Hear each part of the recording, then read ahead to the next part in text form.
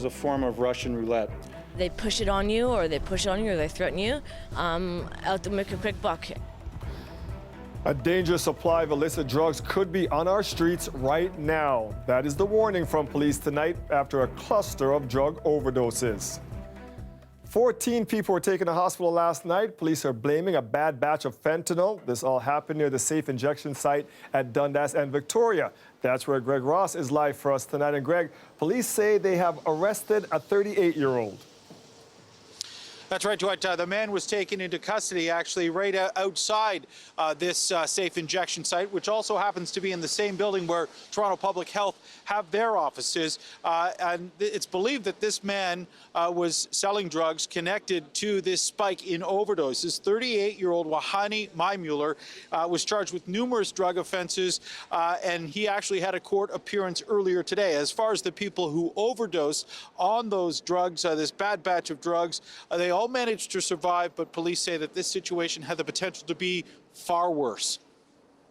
Purchasing, ingesting street drugs truly is a form of Russian roulette. And last night, more than a dozen people found out firsthand just how risky it can be. All of them were using a safe injection site near Victoria and Dundas, known as The Works. Numerous individuals had gone into medical distress immediately after ingesting what we believe to be fentanyl. According to Toronto Public Health, at least 16 people needed medical attention. 14 were taken to hospital and 11 were administered naloxone, a medication used to block the effects of opiates. But police say the naloxone didn't work, and that suggests they may have all ingested a bad batch of fentanyl. This leads us to believe that the substance that was distributed last night was a mixture of fentanyl and another undetermined substance at this point. Analysis by Health Canada will ultimately determine what that substance is. Police arrested and charged a 38-year-old man not far from the injection site. They believe he is responsible for selling the bad batch of fentanyl. I think that there's actually a large need for more communication. Jen Coe is the program manager at the Moss Park Safe Injection site. She says there needs to be a better way of getting the message out when a bad batch of drugs is circulating the streets. A lot of what we do is word of mouth. Talking to the community as soon as we find out any information. A number of options would be helpful, like text message for sure. I think probably like a Twitter or social media type release, Instagram, something that's like pretty immediate. I also think that there could be improved coordination of communication broadly across the city. And while nobody died in this case, Coe says overdose spikes like this happen at safe injection sites around the city. And it's more common than you think. I think workers are, unfortunately, at this point, sort of like very familiar with responding to a high volume of overdoses. That, of course, is sort of a large number in a short period of time, so it's extra alarming. And you can see there are paramedics and police on scene here again today. Not sure what's happening there now, but certainly this is something that we are told is not an uncommon occurrence here. And also Halton police telling us yesterday that they had a similar batch of drugs that they seized on the streets there. And they say they were laced with a substance that does not react to naloxone when it is administered. Now, Toronto police aren't ruling out the possibility that they could be dealing with the same kind of chemical that was laced in these drugs that were sold here yesterday, Dwight. Dangerous situation out there. Thank you, Greg. The province's latest case of COVID-19 has been diagnosed in the husband of a woman who recently traveled to Iran. Yesterday, health officials revealed that she had tested positive. Farah Morelli joins us live from Hospital Row now on University Avenue. And Farah, what are health officials saying about this latest patient? Well, Dwight, they're saying that the man is currently in self-isolation at his home here in Toronto. But what makes this case significant is he didn't actually travel to Iran with his wife, meaning this is the first case of human-to-human transmission of the virus here in Ontario. And while he is now recovering, there were questions today about the risk to the public. Keep in mind, this woman, it took her 9 days from when she arrived from Iran to actually go to Sunnybrook Hospital. Today, health officials maintain that they have managed to speak to everybody she's been in contact with. We are not just one day after confirming a Toronto woman was infected with COVID-19, news today, her husband has now tested positive. This person is the household contact of our most recently confirmed case of COVID-19. The individual currently has no symptoms. Individuals who have questions. While officials say he's recovering, concerned today about who else might have been exposed during the days before his wife went to hospital. What specifically are health officials doing to retrace her steps during those 9 days? This is what we do. We follow up with individuals who have been diagnosed, in this case with COVID-19, undertake a thorough assessment in history around what they've done, what their activities were. We've identified all those who warrant public health action and follow-up, and were either completed the follow-up or are in process. Public health officials said they don't believe the virus is circulating locally, but that's not the case elsewhere. News broke yesterday of a California patient who didn't travel anywhere known to have the virus and wasn't exposed to anyone known to be infected. Part of the problem is how hard it is to differentiate between your average cold and COVID-19 and what you're supposed to do. How do you know when that may be something more than just a cold you might get? The issue is that if people have very, very mild symptoms, it's hard to distinguish this from perhaps other common upper respiratory tract infections that we normally see. And if we can't distinguish between them and we're not suspecting this virus, someone might not suspect it as well, and they might transmit this infection to other people. In the past 24 hours, 7 countries have reported cases for the first time. Brazil, Georgia, Greece, North Macedonia, Norway, Pakistan, and Romania. As the list of countries grows almost daily where new cases are popping up, researchers say we need to think beyond just testing people coming back from risk countries. It might be less helpful to use individual countries as risk factors for infection, and we might just move to a scenario where people presenting with a fever and cough and shortness of breath would just get tested for this infection anyways. Now, Dwight, health officials said today they are ramping up testing, including from people who haven't, not just for people who are coming from these risk countries. Their message today is that the virus is not spreading within the community, as we are seeing in places like California, and that the risk to the public, despite all this, is still very low. Yep. Dwight. Good news for now. Thank you, Farah. A number of governments around the world are taking some drastic measures to prevent an outbreak of the virus, or at least limit its spread. Saudi Arabia has now banned visitors trying to take part in an important religious pilgrimage there. And as Lorenda Redekop tells us, that's left some GTA families scrambling. Best one of travels. Hold on, please. Best one of travels. At this Mississauga travel agency, the phones are going non-stop. It specializes in travel to Muslim holy sites in Saudi Arabia, like Mecca and Medina. Highly likely you won't be able to get a visa and get entry into Saudi Arabia. The Saudi government announced it was temporarily stopping entry for all people going on Umrah, a religious pilgrimage, plus suspending tourist visas for people from countries where the spread of COVID-19 is a danger. Canada has some cases, but is not on that blacklist. But here they book travel for people with passports from all over the world. One family was flying today, and he was uncertain about what would happen to them. I'm not sure. Yeah, that's the panic situation. So we are worried for everyone. So, but we are in contact. So as soon as they land over there, because they boarded successfully from here. Late this afternoon, he learned they were turned back in London. Most of the trips they book are for large groups. In the group booking, what disadvantage is, it's totally non-refundable. They're not going to refund us any money back. Airline is non-refundable, hotels are non-refundable. Since we have paid for the visas are issued, that is non-refundable. I know there is a health insurance, but I don't know about the travel insurance, no. Amina Altajar just bought her ticket a few days ago to leave in less than a month. Not for a pilgrimage, but to visit friends and family.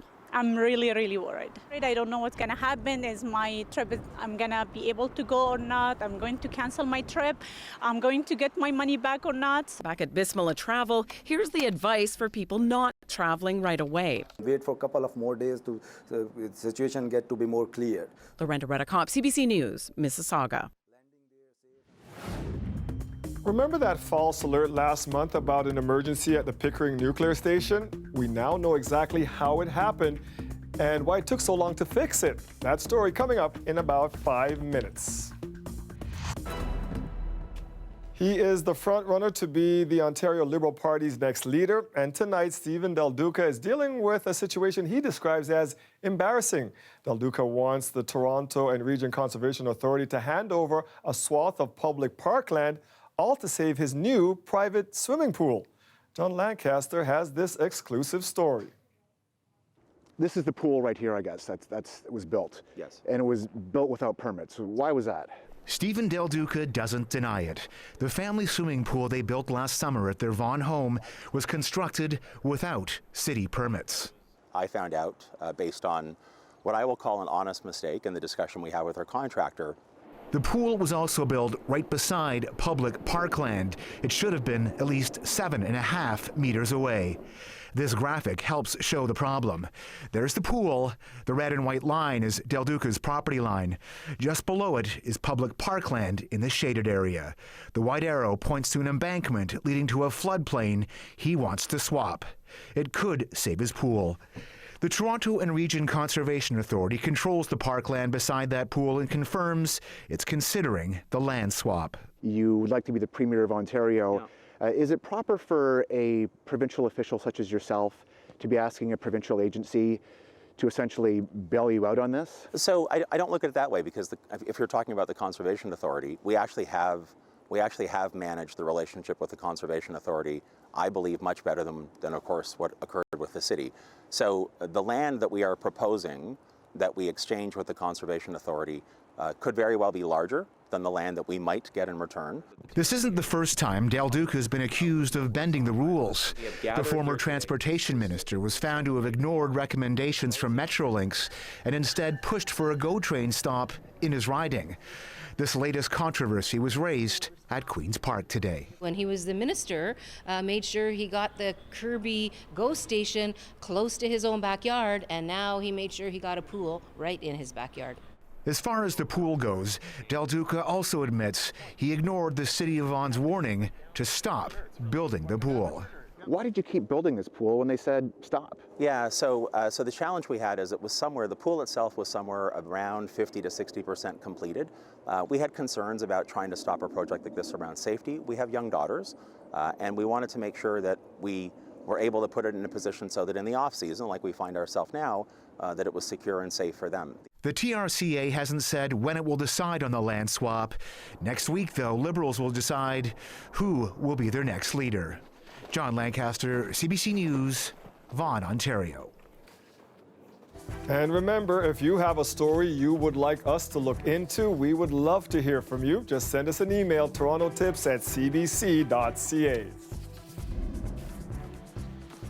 It was a messy commute this morning after people around the GTA shoveled out their cars, but some took a more enjoyable form of transportation.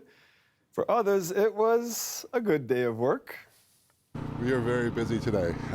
This is one of those big days for us. This is probably the second biggest of the winter, though it's pretty light, fluffy snow, so it's pretty easy to clear. We didn't get as much as they were saying we would. They said maybe 20, 25. This looks a little bit less to me. There's also no scraping. That's the rough stuff, as is clearing the plows, but it doesn't seem like as bad as we thought it might be, so hopefully this will be about 12 to 14-hour day for us. Yeah, because you have a snow blower. The rest of us have shovels. The snow's tapered off this afternoon. Could we see a little more tonight and tomorrow? Yes, we're putting that question to you, Colette. And I'm here to answer it and to tell you, we really actually were in that range. Some streets, I'm happy for that gentleman, maybe not quite as much, but we were definitely in that 15 to 25 centimeter range. Huntsville, 25 centimeters there. And by the way, this is just from the storm as it moved through, not additional accumulations from today or from the squalls that we're seeing setting up. That's going to be added on top of these numbers. Whitby, 22, Richmond Hill, Vaughan as well, 20 centimeters there. St. Catharines, just under 19, and for Toronto, in the city, 15 centimeters. Really? I don't think anyone's complaining that that was on the lower end of that scale where I said it was going to be. But here is a look at what we have just for the GTA in terms of there are blowing snow advisories. In fact, these extend into eastern Ontario, weather advisories, a weather statement into the Niagara region. All of this has to do with reduced visibility, poor driving conditions, and frankly, these winds that are blowing the snow around that has fallen. Now, I'm showing you this. I know it's very complicated. I'm just trying to illustrate the point that this is why travel is not recommended. There are those advisories that I was talking about in statements. These are the list in the province of some of the watches and warnings that we're looking at from southern to eastern Ontario. Still snowfall warnings, still looking at winter storm warnings. Kingston has a wind warning, snow squall watches, blizzard warnings, the area in yellow, and snow squall warnings. All in here because these winds at times today have gusted over 80 kilometers an hour. As they stay strong, they're going to keep driving these squalls, and at times those will be making their way back towards the GTA and into the city, where tomorrow into the afternoon especially, Dwight, we might pick up another couple of centimeters. I'm going to go into more detail on all of that and when it's all going to let up coming up. Thank you, Colette. You're welcome. The weather update is brought to you by Train, the most reliable heating and cooling brand. It's hard to stop a train. A big change is coming to some of Toronto's public schools this September. Start and end times for the school day are changing. For instance, a school where the bell rang at 9 a.m. will now be pushed to 9:15, with the day ending at 3:45. The Toronto District School Board says staggered days at more than 100 schools will help it to plan bus routes more efficiently, but the changes aren't sitting well with some parents. This is brutal because we already struggle to get her to school for 8:40, and then for me to get to work on time, and to find out that her school day is going to start at 9:10 totally throws off my morning. I don't see how I'm going to be able to get to work until 9:30. That's just a reality of using the subway to get to work. The changes are expected to save the board some $2.5 million throughout the academic year. We are getting more clarity around what exactly happened to trigger a false alarm at the Pickering nuclear plant. The emergency alert was sent out across the province. As Lisa Shing tells us, the report found issues with protocols and training. That sound woke people up across Ontario in mid-January. A message from the Ontario government about an incident at the Pickering nuclear station, scaring residents there. It was a false alarm. I'm not happy about it, but at the end of the day, I think that we have a better system. Today, the province released a report into what happened. It found a duty officer at the centre that issues the alert was responsible for sending out the alert by mistake. The duty officer is supposed to test both a live alert and a training system at every shift change. On that particular day, they thought they had logged out of the live system and logged into the training one when they sent the alert. The officer immediately realized the mistake and asked supervisors how to fix it, but turns out they didn't know the protocols. Too many people were involved and not enough of them understood what the next steps would be if there was one sent in error. That's why there was a delay of almost 2 hours to send out this correction. The report found procedural gaps, lack of training, lack of familiarity with the system, and communication failures. It's extremely troubling that that folks are being put into the workplace not having the training they need. We had some gaps in what should happen next, and we have now clarified and rectified that situation. Jones said the province has already started on many of the report's recommendations, including training staff, clearly labeling test alerts, and establishing a new procedure to make sure a message is sent out if an initial one is sent by mistake. The report also found on January 12th it was the 7th consecutive day and the 3rd consecutive 12-hour shift that duty officer worked. As a result, the province is also reviewing staffing at the Emergency Operations Centre to prevent a scare like the one in January. Lisa Shing, CBC News, Toronto. The Air Ambulance Service Orange is sounding the alarm after a helicopter pilot was hit in the eye with a laser for the 5th time.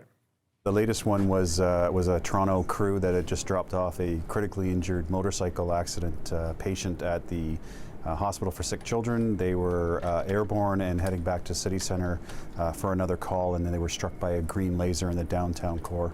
These things are extremely disruptive to the pilots. The pilot needed to be evaluated by a doctor after the incident. The number of laser strikes has gone up from 3 last year to 5 this year. Orange says they are worried they will see even more when the warm weather comes. They're warning people pointing lasers at flight crews could be a matter of life and death. Still ahead, the Ford government has made changes to how judges are appointed in this province. Plus, we take a look back at when browsing the aisles at the liquor store was a new concept. Well, it's different. I like the wine room very much. You can go in and see exactly what you want. We take you back to 1969 for Throwback Toronto after the break.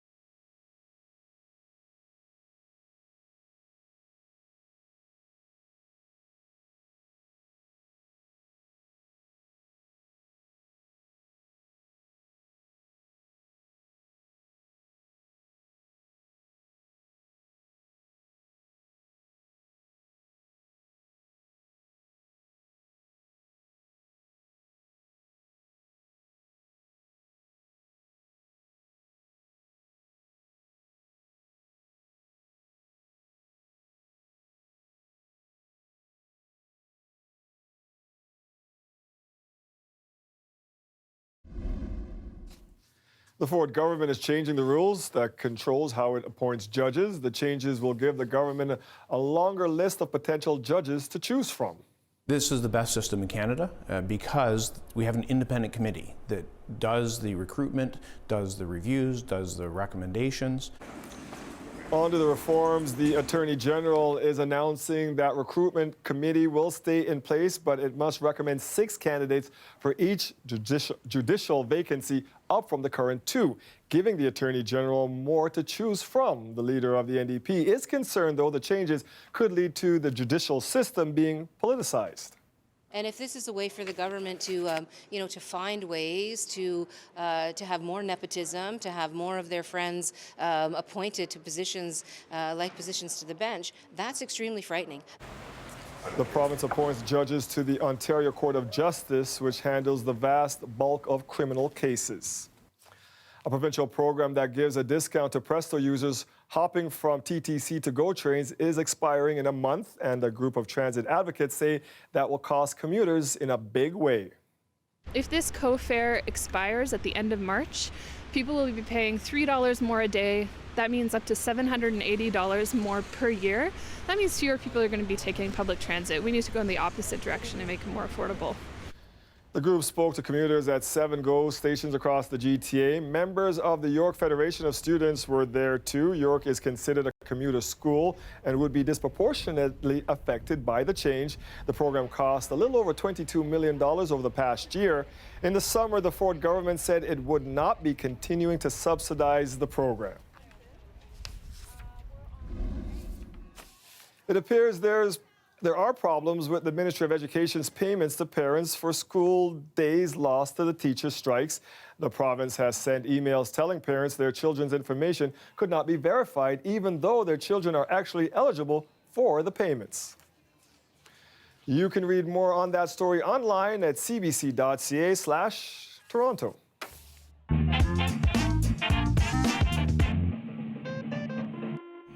Well, oh boy, I've been waiting for this for a long, long time, as you know. Shelves were stacked and shopping carts ready as this week in 1969, Ontario's first self-serve liquor store opened. Well, it's different. And we're getting more Americanized, you might say. Is you just walk in and pick up what you want. I like the wine room very much. Why? Oh, you can go in and see exactly what you want and, you know, take your time over it. Before this, customers wanting to buy liquor had to fill out a form with what they wanted to purchase, and an employee would then grab it from a back room. Yeah, doing away with the forms is a great idea. Yeah, I like it. It's got several advantages, I see, especially trying to remember numbers instead of going up and down the list each time you go to the liquor store.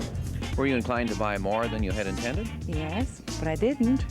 And I was looking for a free sample, but they didn't give any. This experimental store was near Lawrence and Weston. I think the people in Weston are particularly enthralled about it because it's a small community still. And we've watched this, of course, growing up and waited for it for Christmas, but unfortunately it didn't come through either. But I think everybody's really going to enjoy it. I just as soon see it in the stores and be done with the grocery stores. It'd be more convenient for everybody concerned. I think it's a very, very good thing, and I really think that they'll all be like this someday.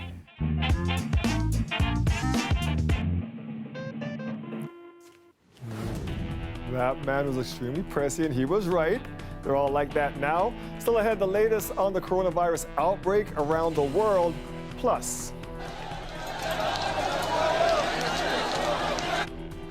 India is in the midst of the worst sectarian violence in decades. Hindus and minority Muslims have been clashing for days.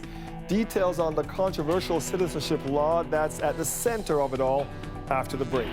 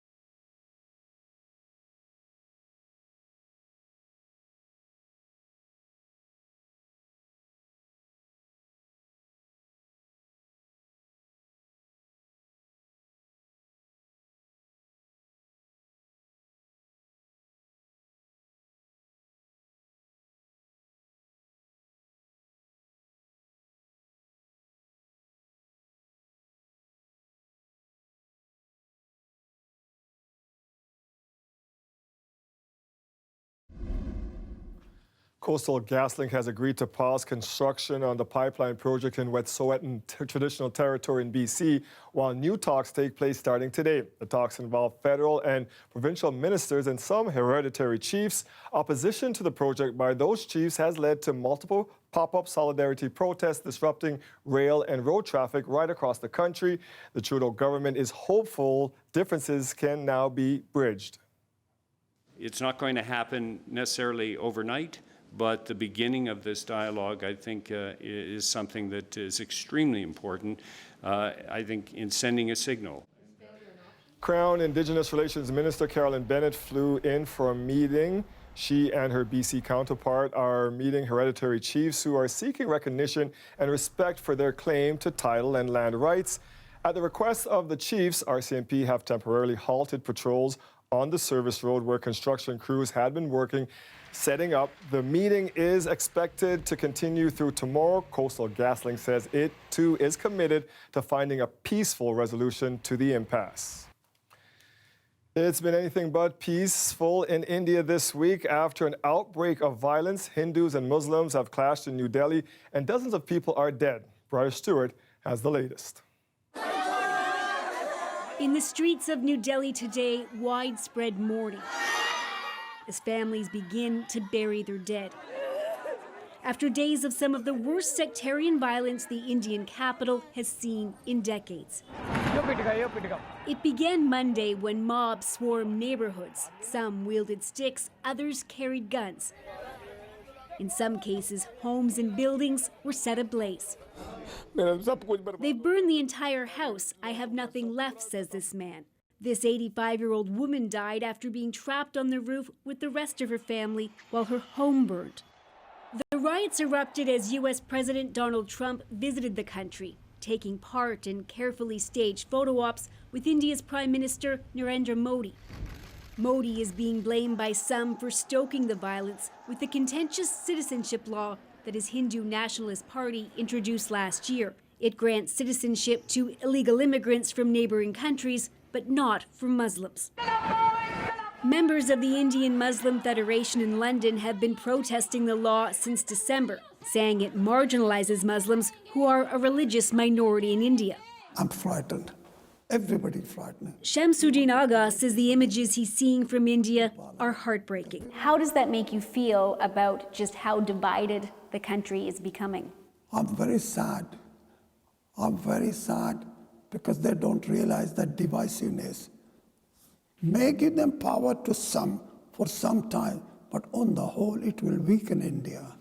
Police and security forces were deployed to the streets today to try and instill calm, but there remains fear and mistrust, amid now, too, all of the grief. Briar Stewart, CBC News, London. Coronavirus infections are now growing faster outside China than in the country. The World Health Organization says the number outside China now stands at 8,600, but the WHO says containment is still possible. Every country needs to be ready to detect cases early, to isolate patients, trace contacts, provide quality clinical care, prevent hospital outbreaks, and prevent community transmission. This virus has pandemic potential, and WHO is providing the tools to help every country to prepare accordingly. Another case of coronavirus has been confirmed in Canada, the country's 13th. The patient is the husband of a Toronto woman diagnosed yesterday. Both are in isolation at home, and officials say the risk here remains low. But with the growing number of global cases, some countries are taking new action. Joan Leishman has details on how some of the worst-hit nations are fighting to contain the virus. It was a dramatic announcement and caught Japan by surprise. Prime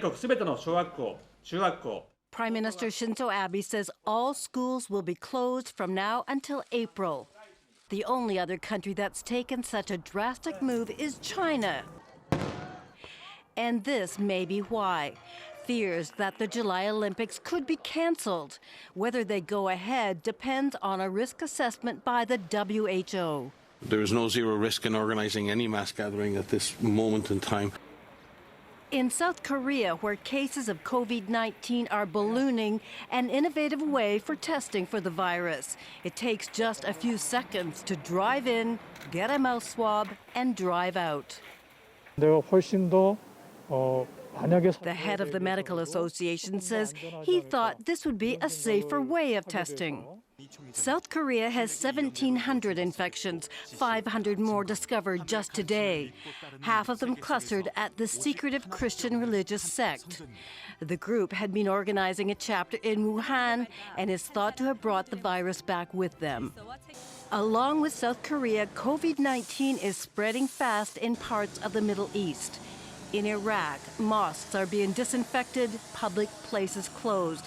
In Saudi Arabia, in an unprecedented move, pilgrimages to the holy city of Mecca are temporarily halted. And in Iran, with a death rate second only to China, the number of cases has spiked, even reaching the country's top leadership. Musama Abtekar is now vice president, but during the 1979 hostage crisis, she was a spokesperson for the students who seized the U.S. Embassy in Tehran and held it for 444 days. Joan Leishman, CBC News, Toronto. Italy is Europe's coronavirus hotspot. A total of 11 towns are now under quarantine, and schools and public events across the northern part of the country have been canceled. Today, officials said at least 17 people have died and more than 650 others have been infected with the virus, including some of the people leading the fight against the epidemic. Renee Filipponi has the latest now from Milan. The big news here today comes from the governor of Lombardy's revelation on Facebook. Attilio Fontana released a video saying he's putting himself in self-isolation. One of his colleagues tested positive for the coronavirus, so everyone in the office has also been tested. Those results so far have come back negative. Fontana has been the face for the regional fight against the spread of the disease, holding daily press conferences in the region where there has been the bulk of the cases.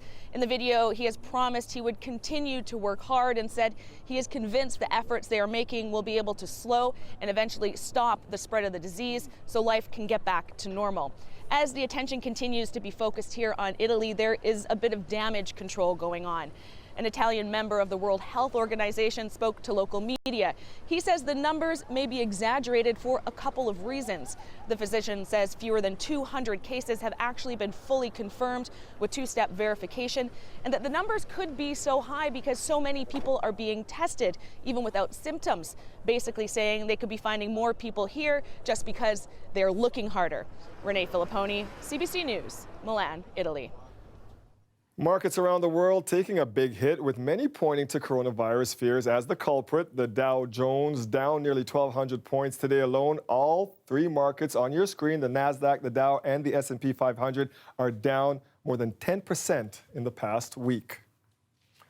When the Duke and Duchess of Sussex announced their plan to live part-time in Canada, there were questions about who would foot the bill for Harry and Meghan's security. Well, today, the answers.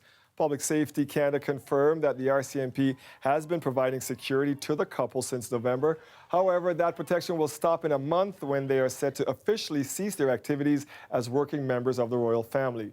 Experts have estimated the future costs of protecting Harry and Meghan could range from $10 million to $30 million a year. Exactly who will foot their security bill going forward remains unclear. Check out this home under construction near Jane and St. Clair. It's going to need a little more work after collapsing this afternoon. Thankfully, no one was injured. Why it collapsed is still under investigation.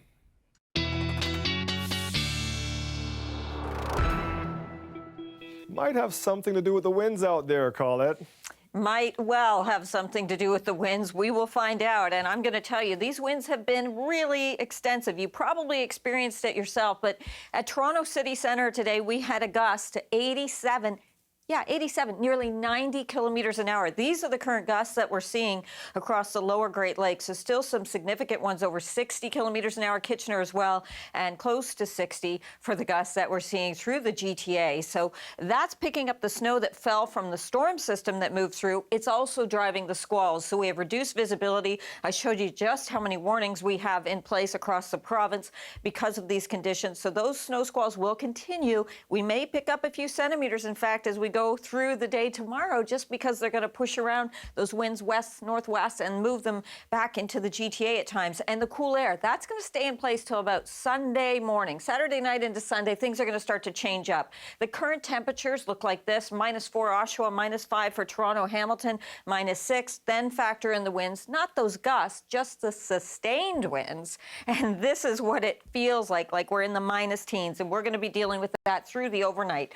The radar shows you, it illustrates so well those squalls and how you can see there's enough of a fetch. These winds are strong enough that it pushes those down into the city at times. I'm not going to go through all of these again like I did earlier in the show, but there are blizzard warnings, snow squall warnings, and watches in place, and still some associated with the center of the storm, even though it's moved off to the east. For us, just know how poor the travel conditions are, because we are seeing the issues with reduced visibility. So we have a weather advisory we're in, blowing snow advisory. That extends into eastern Ontario too, in the weather statement there into portions of Niagara. As we look ahead, you can see how there'll be some sunshine. You'll get into some breaks at times, in fact, over the next 24 to 48 hours as these start to back off. But at times, you'll be in whiteout conditions where you really, really have to watch it in terms of what you're doing with your travel. So quick look just to show you that warm-up that's going to be coming. End of the weekend, beginning of next week. Next system, Dwight's going to move in and push our temperatures in the other direction and bring rain with it. We'll take rain over snow after last night. Thanks, Colette. Yeah, it's easier to shovel. Yes, ma'am. This weather update is brought to you by Fairmont Le Chateau Frontenac, the best location for your next spring break getaway in Quebec City. After the break, we meet the young woman they call Crash. Krishanda Green made history when she became captain of Ryerson's hockey team, and that's something that runs in her family. To be in this building in Maple Leaf Gardens, the old Maple Leaf Gardens, where my grandfather played, is so inspiring, but it gives me a little competitive edge. I want to make sure I outdid anything he did in this building. And he was a goal scorer.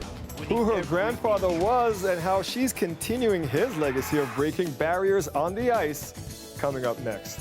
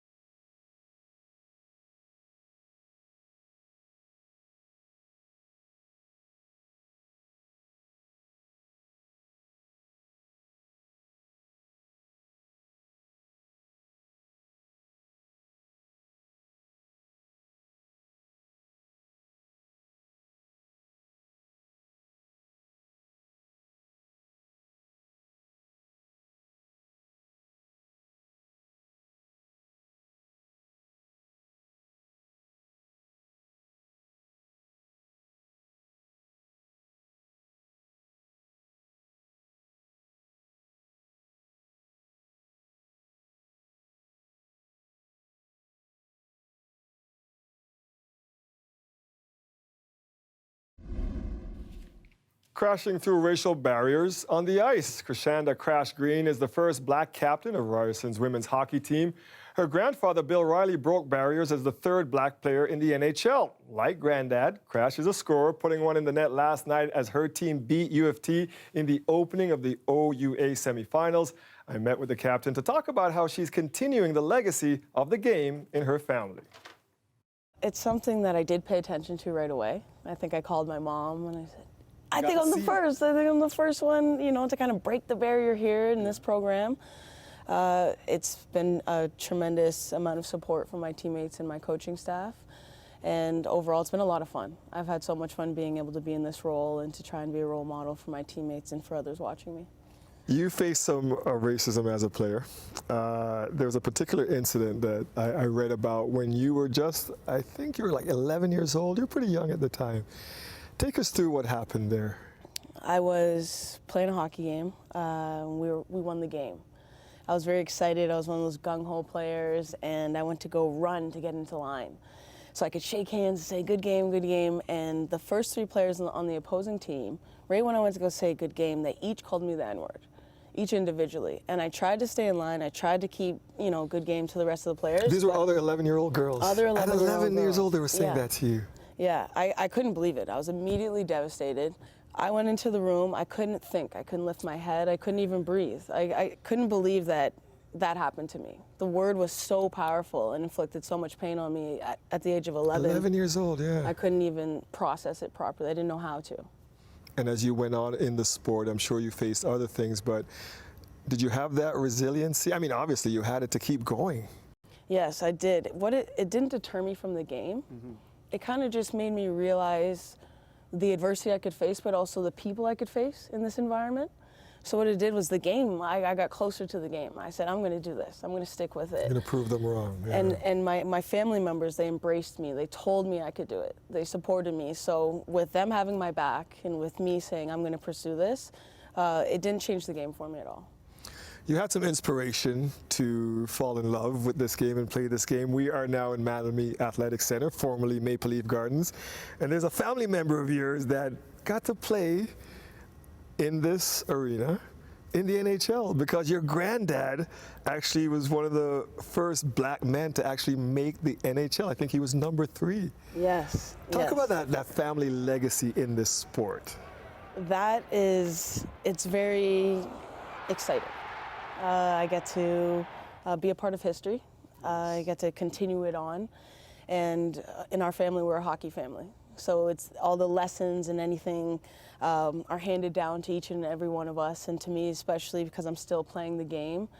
But to be in this building in Maple Leaf Gardens, old Maple Leaf Gardens, where my grandfather played, is so inspiring. But it gives me a little competitive edge. I want to make sure I outdid anything he did in this building. Now, just like your grandfather before you, you're breaking racial barriers in this sport. How important is it for you to be in that position of visibility for other young players to look up to? It's one of the most important pieces to build the game and to create awareness around that black people are capable of playing hockey. I like being a role model. I like having the responsibility of being visible. People get to see it in action, see what it looks like, what they could be if they pursued this path in university. Do you have any advice for young women? Yeah, number one thing is believe in yourself. Have the confidence to believe in yourself and what you can do. That's the first thing, always believe in yourself. And then the second thing I would definitely say is have that conversation.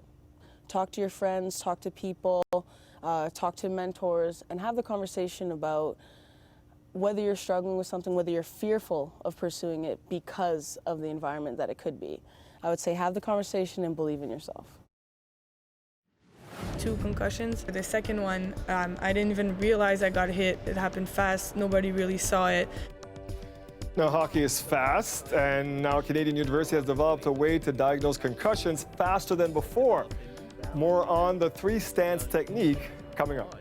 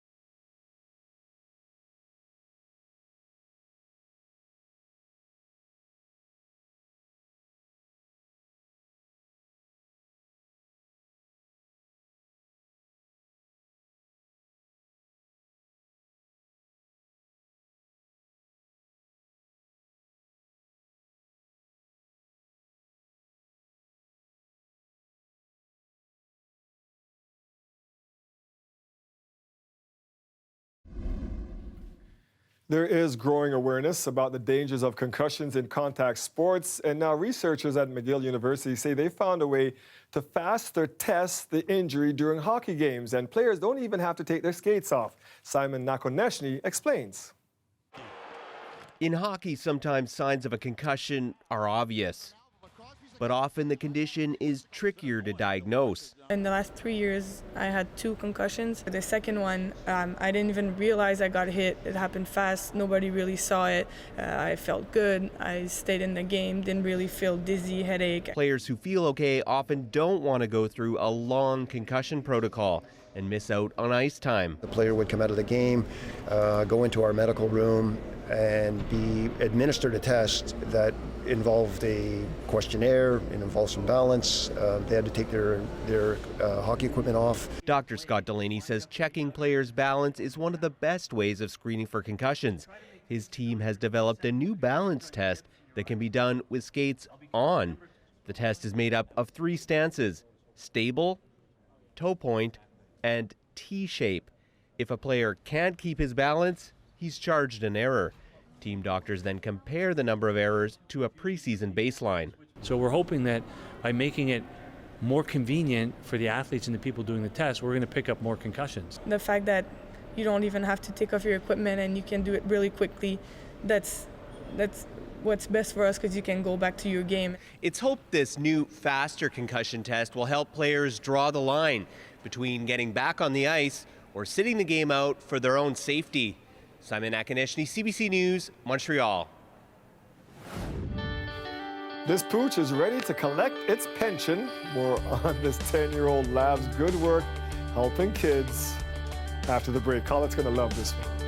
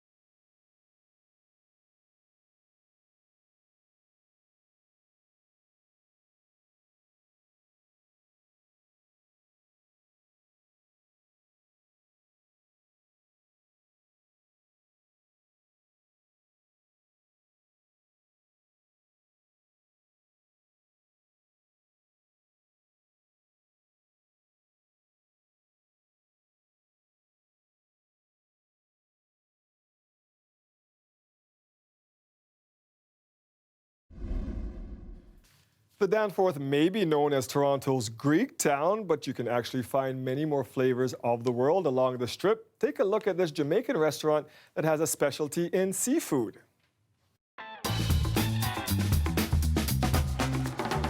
My name is Simone Lawrence, and my restaurant is called Simone's Caribbean Restaurant. We're located at Pape and Danforth in Greektown. We make Jamaican food. Kingfish is pan-fried. It's quite simple. We do it in a steak to avoid bones. It's a white fish, and we pan-fry it. We do it with a simple tomato sauce with onions and bell peppers and fresh thyme and scallions. It's light and bright. I can't express that. There's a little tartness because we put a little vinegar or lemon juice. The festival it's cornmeal based. It has coconut milk in it, a little brown sugar, salt and pepper, leaven. It's pan fried. It's light and delicate. It's almost like cake batter if you taste it when it's raw, and when you fry it, it's tender on the inside and the outside is a little bit crispy and it's a little sweet. I quite like it. I quite like it too. Kingfishing Festival. Oh, you're gonna have to read this next one. I'm still thinking about this food, Colin. I know. You and I have things that we're looking forward to when we retire. I don't know how high up belly rubs is on your list. Okay. Or maybe don't tell me. Maybe it is pretty high. This is for this special pooch. Okay. Support dog. He's in Edmonton and he is retiring for the past 7 years. I was wondering where you go with that belly rub. Okay, I get it now. Do you get it? Yeah. Ren has provided support to children who have suffered abuse, and the 10-year-old yellow lab has greeted kids at the Zebra Child Protection Center. He's also comforted children when they're undergoing forensic interviews with the police, and she's even been able to accompany some of the victims, these kids, to the courthouse when they have to go to court. So Thank you, amazing Ren. career. Enjoy your all retirement. the belly rubs. Lots of belly you rubs. want. All right, let's that. get to the weather. That was very cute. Yes. So our problem are these winds. Yes. So the main system has moved through. That snow fell, but now we're seeing snow that's driving the squalls. So there are lots of snow squall warnings and watches to the northwest of the GTA. But some of these streamers at times will make their way into the city. So we could even pick up another couple of centimeters. Really? So yeah, it could impact the commute tomorrow. Something to keep in mind there. We'll keep an eye on that for you. That's it for us tonight. Mike Wise has you covered at 11 after the National. We'll see you back here tomorrow at 6. Have a great